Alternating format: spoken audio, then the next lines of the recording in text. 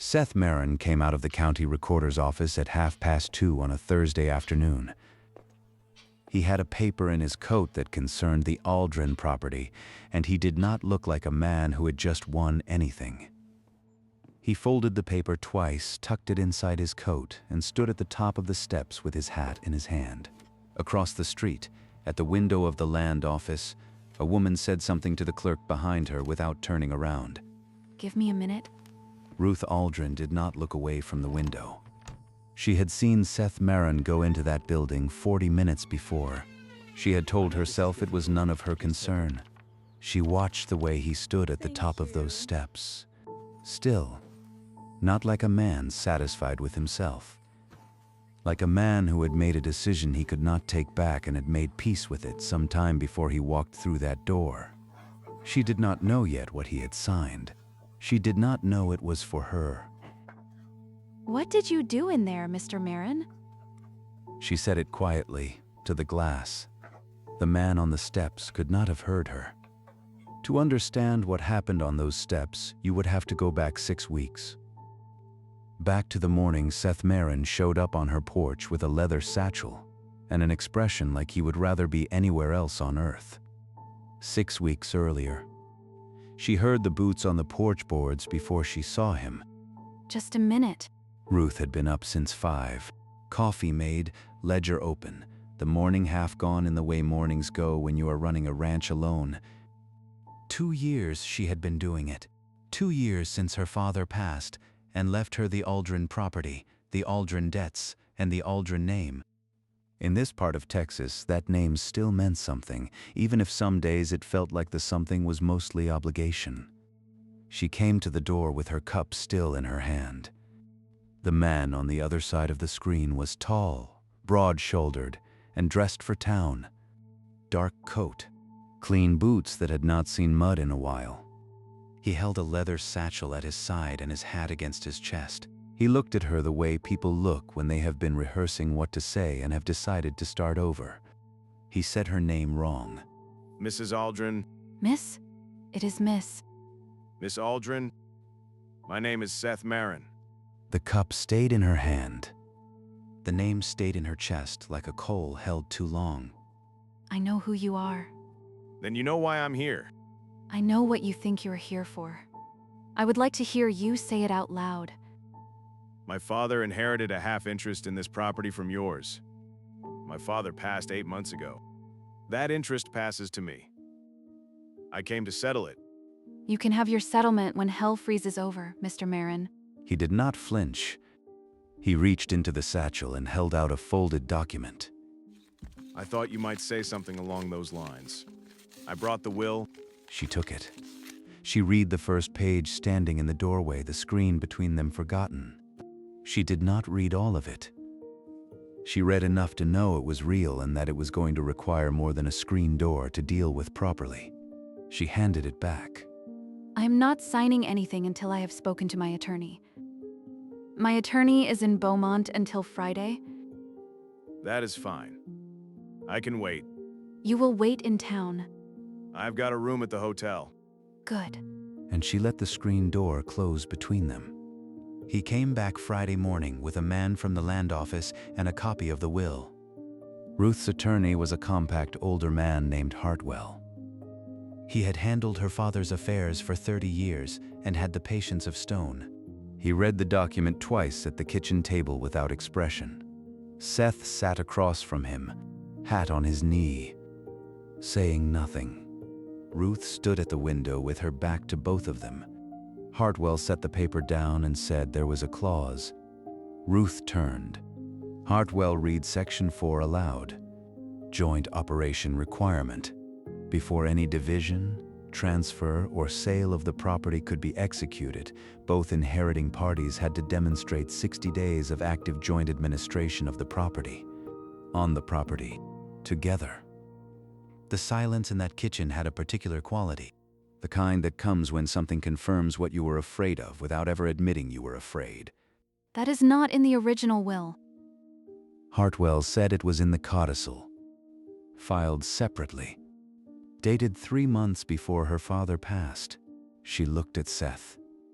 His expression had not changed, but something along his jaw had shifted. You knew. I read the same document you are reading now. Did you know before you came? A beat measured. Yes. And you came anyway and told me you were just here to sign it over? I came to tell you in person. I did not think a letter was the right way. She looked back at Hartwell. 60 days. Hartwell repeated it. 60 days. Both parties. On the property. She stood with that for a moment. The window behind her showed the east pasture gold in the morning. The fence line her father had built post by post. The land she had been running alone for 2 years because she did not know how to stop. He will need somewhere to sleep. There is a room off the barn. It is clean. If you are somewhere quiet right now listening to this, I am glad you are here. Whether it is early morning or the middle of the night, I'm glad you are here. Drop a like and tell me where you are and what time it is where you are sitting. It helps this story reach the next person who needs it. And now, back to Ruth. 60 days. She said it standing on the porch the next morning, looking at the barn. Then she went inside and got to work. The first week was mostly silence and work. Seth Merran did not make himself at home. He asked before he touched anything that was not his. He showed up where he was needed and disappeared when he was not. He did not offer opinions on how the ranch was run. He did not comment on the ledger she had left visible on the table. He did not ask about the east fence line that had needed new posts for 2 months. The first morning she watched him from the kitchen window while her coffee got cold. He walked the property line on his own, not rushing. He stopped to look at things the way a man does when he is trying to understand something rather than assess it. She had not liked that, not liked what it suggested about his intentions. But he came in from that walk and said nothing except one thing. Where do you keep the work gloves? Cabinet? By the back door. He nodded and went out to the water troughs.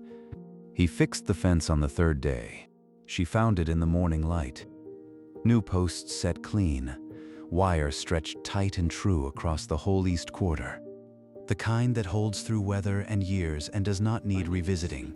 She stood looking at it with her hands in her coat pockets and her breath making small clouds in the October cold.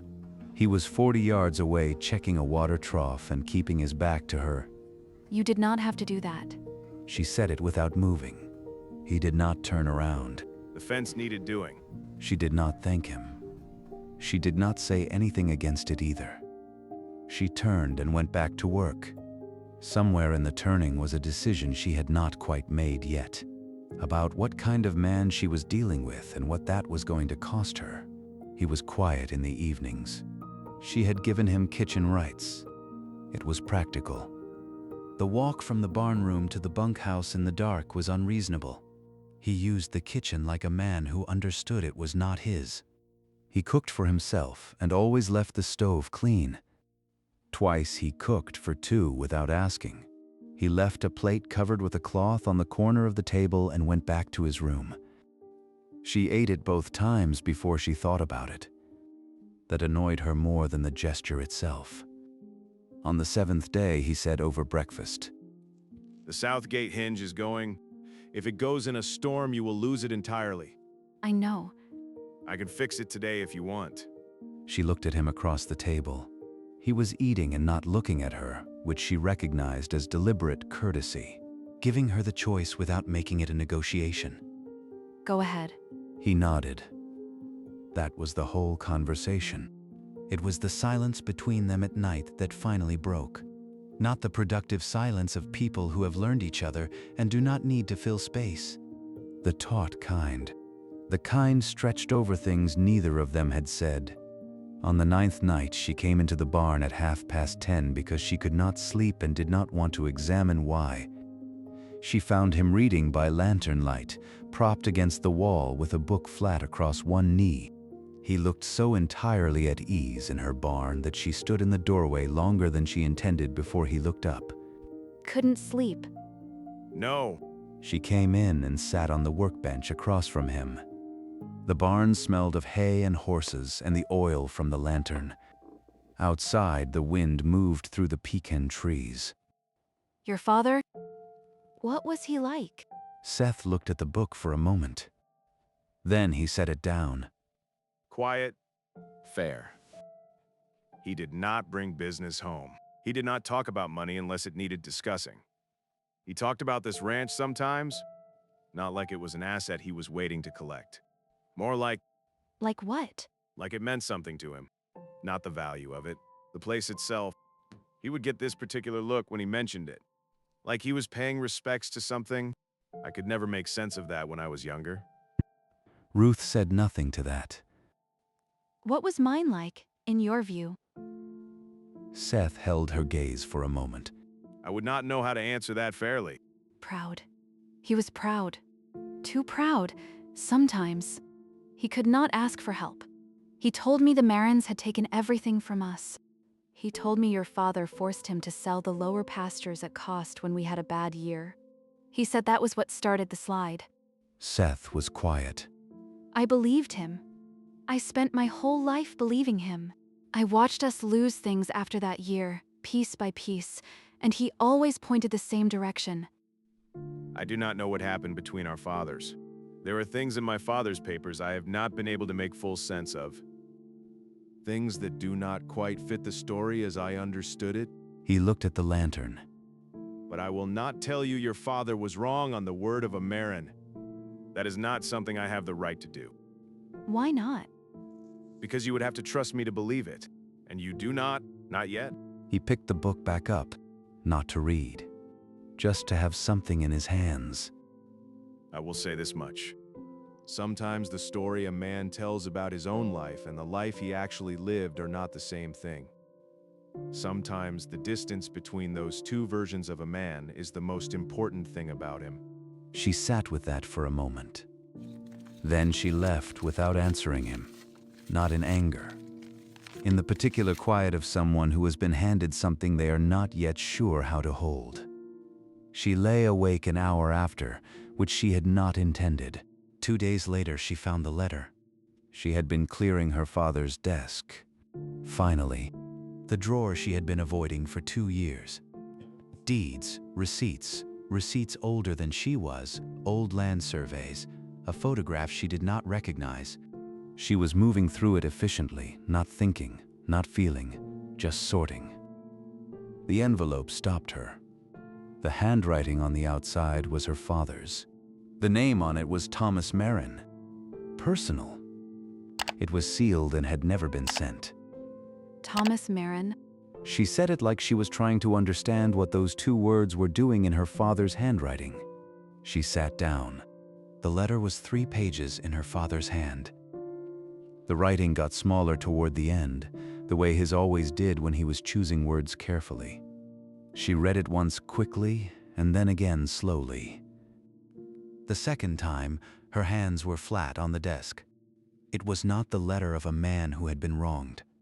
It was the letter of a man asking to be forgiven. Her father had borrowed money from Thomas Merran in the bad year, a private arrangement. No interest named, no term, no paperwork. A handshake between neighbors who had known each other long enough to trust a handshake. Oh, Papa. She said it to the empty room, to the handwriting on the page, to the man who had been gone 2 years and still had not finished telling the truth. When the ranch stabilized 2 seasons later, her father had been unable to simply say thank you and repay the debt. The weight of having needed help, having needed a Merran's help, was more than his pride could hold. He sold the lower pastures himself to repay it, quietly, without telling anyone why. Then, because a man needs a reason for what he has given up, he built a story. Pressure from Thomas. An unfair price. Circumstances beyond his control. He had told Ruth that story from the time she was old enough to understand land and debt and the Merran name. She had believed every word. At the bottom of the 3rd page, in writing that was harder to read, he had written something true. I know this letter will never be sent, but I needed to write it down somewhere true. Ruth sat at that desk for a long time. She did not tell Seth about the letter that day, or the next. Not yet. She could not have said who she was saying it to. Him, her father, herself. She watched him instead, the way he moved around the ranch with a particular kind of care, like a man trying not to want something. Every time she caught him looking at the property with that attentive, settled look, he would shift his gaze to the task in front of him. Like wanting the land was a thing he had decided not to allow himself. On the 14th day, a man named Carlisle rode up from the road. Well-dressed, easy-spoken, with the manner of someone who makes deals for a living and has learned to make it feel like conversation. He had a number ready before he had finished shaking hands. He addressed himself to Seth, not Ruth, which told her everything she needed to know about the assumptions he had ridden in with. Carlisle introduced himself as a representative for a buyer prepared to move quickly on the eastern half of the property. He said it was a very fair market value, a clean transaction, and that the paperwork could be structured around the administrative requirements still outstanding. Ruth stood at the porch rail and kept her expression still. Seth looked at Carlisle for a moment. The administrative requirements are not something that can be structured around. Carlisle started to say that, with the right legal framing. No, tell your buyer the property is not available. Carlisle glanced at Ruth. She said nothing. After he rode away, Ruth stood beside Seth at the fence rail and they watched the dust settle on the road. You did not have to do that. I know. You could have taken that offer. 60 days is not up yet. Maybe. You would have been done with all of it. Yes. She waited. I told you I would stay 60 days. I do not leave things incomplete. He was looking at the road, giving her the profile of a man who had said what he meant and was not going to explain it further. She went back to work, but something had shifted that she could not quite name. The storm came on the 20th day without much announcement. She had watched the sky change through the afternoon. That particular green-grayry that means weather serious enough to act on. She had started moving horses before Seth even came out of the barn. South pasture first? Already done. Get the feed. They worked without talking after that, which they had gotten good at. Getting animals settled, checking latches, hauling feed to higher ground by instinct. By the time the rain came in hard, they were at the far end of the east fence. The shelter there was a half wall of old stone, part of the original property line built by someone generations before either of their fathers had seen this land. They pressed against it as the sky opened up. It was not a large wall. The rain came sideways. Lightning walked across the hills to the north. There was nothing useful to do but wait it out, and both of them knew it. Seth had his back against the stone. Ruth had her back against him, watching the pasture sheet over with water. His coat was around her shoulders. She had not asked. He had just done it in one motion, and she had not argued because arguing would have been foolish. They were past foolish by then. They stood there with the storm coming over the wall in fine spray and the thunder rolling across the flats. The letter? She felt him become more still. I found it in his desk. He wrote it to your father and never sent it. He knew, Seth. He knew the whole time what the truth was. He could not live inside it, so he built something else and moved in there instead. Then he handed it to me like it was inheritance. He did not say anything for a moment. The rain hit the top of the wall and came over. I'm sorry. She knew from the particular quietness of it that he was not apologizing for his father. He was apologizing for the years she had spent carrying a story that was not true. She turned around.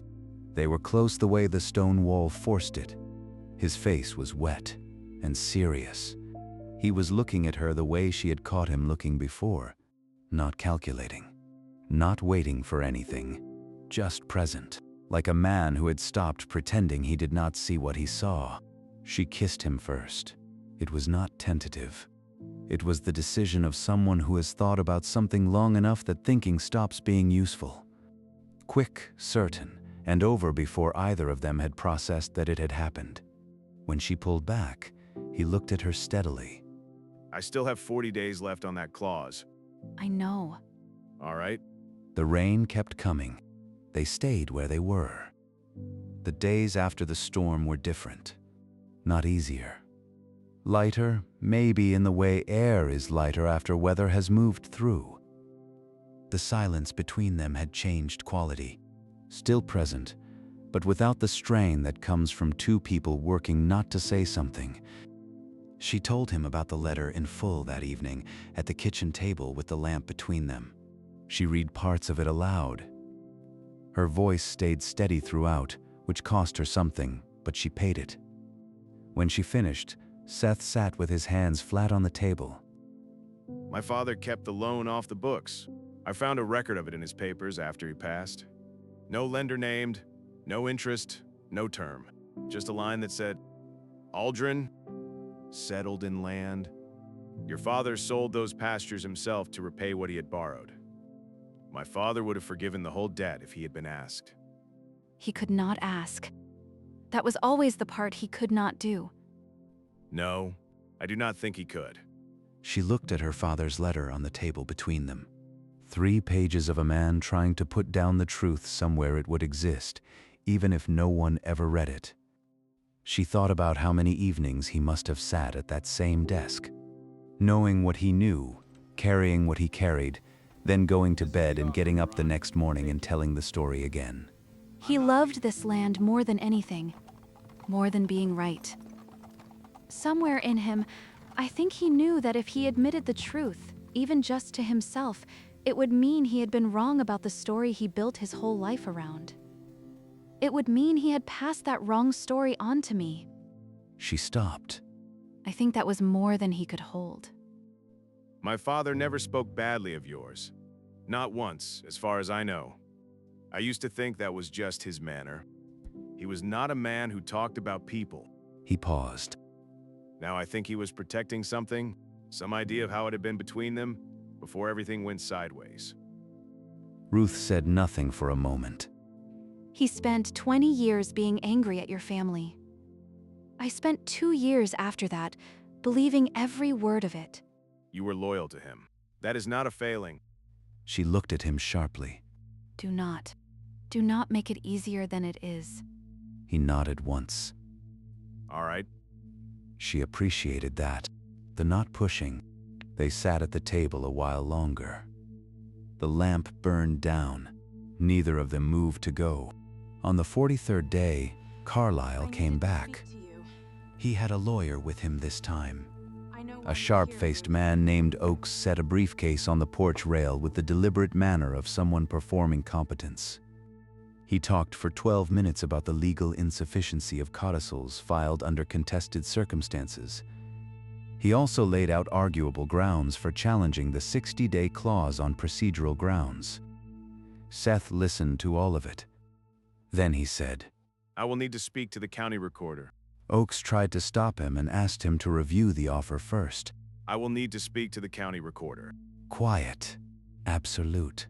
He walked to the barn and saddled his horse without another word. Ruth stood on the porch and watched him ride out through the gate and down the road toward town. She stood there until the dust settled. She did not know what he was doing. She thought she might. She was afraid to be wrong about it.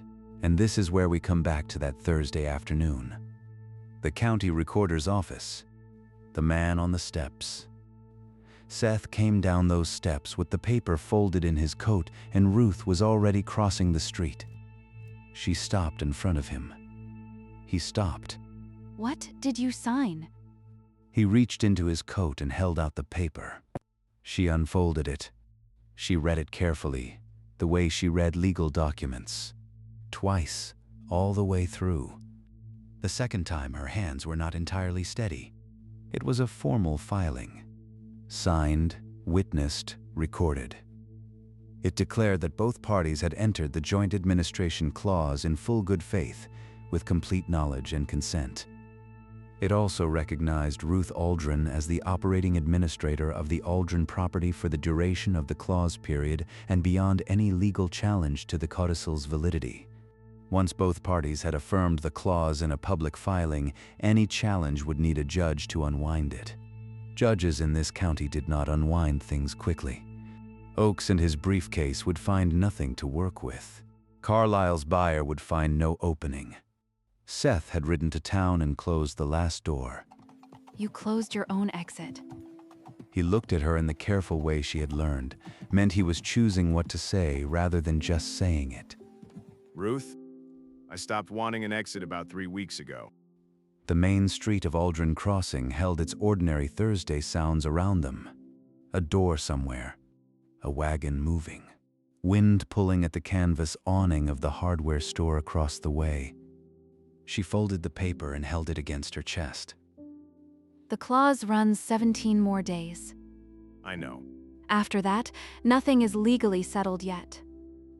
The property, the split, it all still needs to be worked out properly. I know that too. She looked at him there on the step in the October light. This man she had spent 2 years hating on a dead man's word. This man who had come to her porch with a satchel and a will she had not been ready to read. Who had fixed her fence without asking, who had turned down money he was entitled to take, who had ridden to town on the 43rd day and signed a document that protected her and cost him his easy exit. She thought about her father's letter. I needed to write it down somewhere true. I still have work to do. So do I. Come on then. She turned toward the horses at the hitching rail. He fell into step beside her. Neither of them said anything after that, because some things do not need finishing out loud. They rode back to the ranch side by side in the late afternoon. The way two people do when they have stopped pretending they are something less than what they are to each other. Some things take longer to forgive than they took to happen. A letter written in private and never sent. A story told so many times it became the only truth a man could live inside. Ruth and Seth did not find their way to each other in spite of all that history. They found their way through it. You cannot build something real on the edge of what you have lost. You have to go back to the truth and start from there. If this story found you today, wherever you are listening from, I'm glad it did. Leave a like if something in it landed. I will see you next time. Same porch, same fire. Another story worth telling.